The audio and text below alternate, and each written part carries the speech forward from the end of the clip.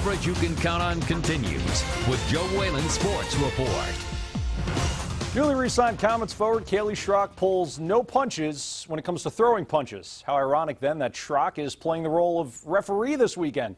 Schrock and teammate Colin Chalk are hosting their first adult ball hockey tournament over the next 2 days. Teams competing in fast-paced 24-minute games at a Lutheran Health Sports Center. But item number one for the Comets right now remains the status of goalie Nick Boucher.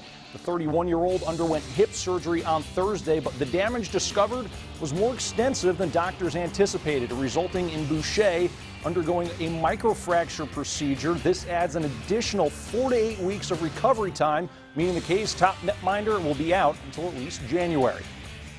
It's one of those things where, like I said, it was a little bit longer than he probably expected, a little bit worse, but at the same time, he'll take care of himself, and you just never know when you put it that far out in advance. There's always things that can happen. So, if we get him back in mid-January, that'd be great. His brother flew in town from Vancouver. He's taking care of it. And, obviously, it's going to be a big loss for the club, but first and foremost, I want Boucher to get back healthy to be able to live a normal life. And after that, once he starts feeling good, he's able to walk around and do his daily activities. Then we'll probably start talking about hockey, but obviously, again, he's a big piece of the puzzle, and with 4 championship rings, not many people can argue that. So. In the meantime, the Comets have made no secret they're after another goalie to fill the gap. Team officials have spoken with Missouri's Charlie Effinger, but the seriousness of those talks are unknown right now. The 26-year-old almost single-handedly pushed the Mavericks past the Comets in the Turner Cup Finals back in April before the K's advanced in 7 games.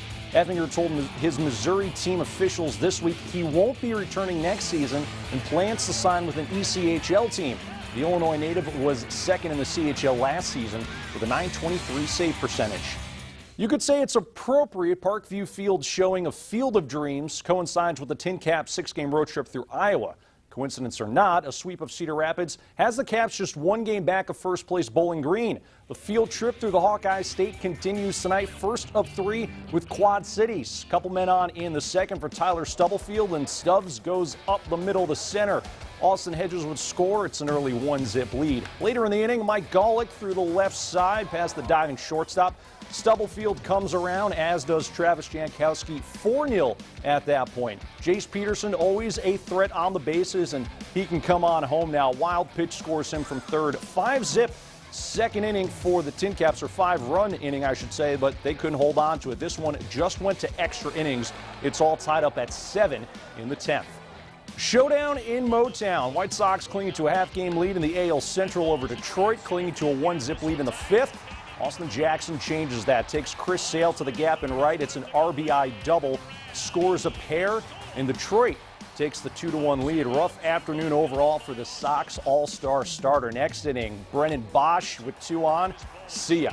3-run jack, first loss for Sale since May 12th. He allows 5 runs in 7 innings in this one. Rick Porcello, on the other hand, lights out. Induces the double play ball from Diane Vicito in the 8th. Porcello allows 1 run in 8 innings. It's his longest outing of the year by far. Austin Jackson again late, a little insurance, 2-run single. White Sox relinquish first place in the Central Division. Detroit wins it 7-1.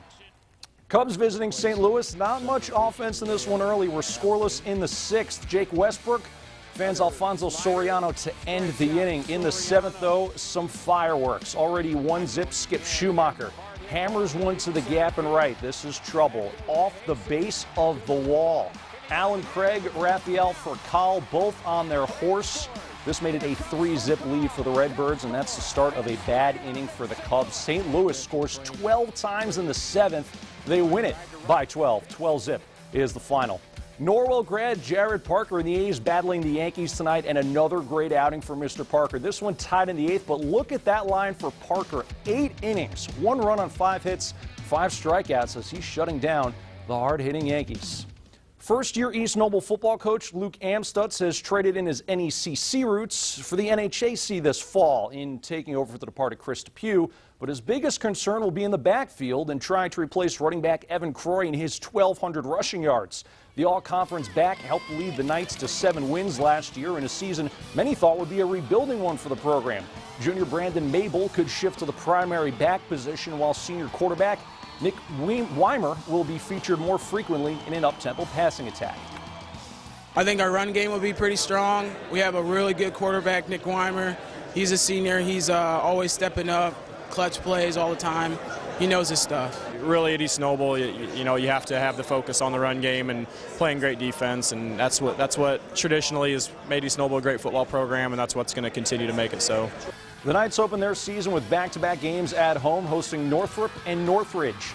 About a half hour west, DeKalb is trying to erase the memory of back-to-back 0-10 seasons. Head coach Mike Cochran is looking to a massive 22-man senior class to lead the way, particularly on the perimeter, where the Barons are strong on both sides of the football. We've been throwing pretty good. Our receivers are running pretty good routes this year.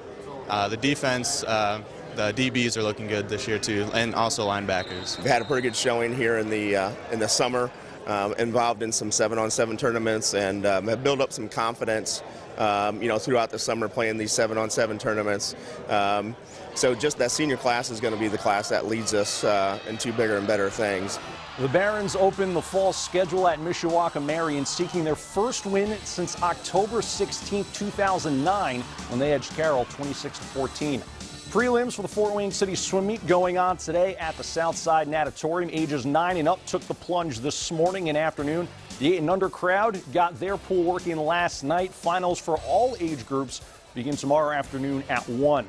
And area pole vaulters took to the pavement today as part of the Three Rivers Festival. Among those competing in the friendly affair, Jared and Vincent Shipper, younger brothers of Matt and Kevin Shipper, who both won Big East titles in the sport at Notre Dame. Also competing, Drew and Deacon Voles, sons of former U.S. Olympian and IU grad Dave Voles. 3 seconds. That's all it took for Tiger Woods to capture the signature moment of this year's British Open. Woods' hole out from the bunker just to the left of the 18th green yesterday will join so many others on his career highlight reel, but will it end with his first major in nearly 4 years? Round 3 across the pond today. Woods bogeyed the first 2 holes, but on 6, Tiger, with about a 50-footer for birdie, drills it. He shoots an even 70. He's 6 under, 5 off the leader. He's in 4th place. Your leader after 2 rounds was Brant Snedeker, but bogeys here on 5. He would shoot a 3 over. He's 4 back in 2nd. Graham McDowell in the mix as well. Birdie's 13. His 67 today moves him to 7 under. 4 shots back. He's also in 2nd.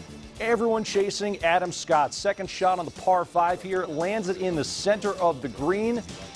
Absolutely beautiful. We get the friendly roll too. He 2-putt for birdie from there. He enters the final round, the leader, at 11 under. So we'll have to see if he's able to hold on and pull things tomorrow. Tiger just a couple strokes back, so keep an eye on him as well. Thanks so much for watching News Channel 15, everyone. Coverage you can count on continues tomorrow morning at 8 with First News Sunday. Have a good night.